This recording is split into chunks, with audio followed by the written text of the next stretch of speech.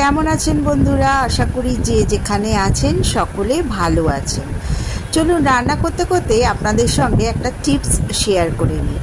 আমরা তো অনেক সময় মাছ মাংস অনেকটা পরিমাণে এনে ফ্রিজে রেখে দিই, তারপরে যেদিন যেটা লাগে রান্না করি। তো এই করতে গিয়ে অনেক সময় হয় কি 3-4 দিন বাদে সেই মাছ মাংসের প্রথম দিনের মতো তাজা ভাবটা থাকে না। এই ভাবটা ফিরিয়ে আনতে আপনাকে একটা টিপস বলবো। সেটা হচ্ছে যতটা পরিমাণ মাছ মাংস রান্না করবেন সেটা ফ্রিজ থেকে বার করে আগে নর্মাল টেম্পারেচারে নিয়ে আসুন। তারপরে সমপরিমাণ দুধ ও জল গুলে মাছ বা মাংসকে ভিজিয়ে রাখুন। ততটাই পরিমাণ দুধ জল দেবেন যতটা মাছ বা মাংস ভিজতে পারে। বেশি দিলে কিন্তু তাতে ওই মাছ বা মাংসে অনেক সময় দুধের গন্ধ থেকে যাবে।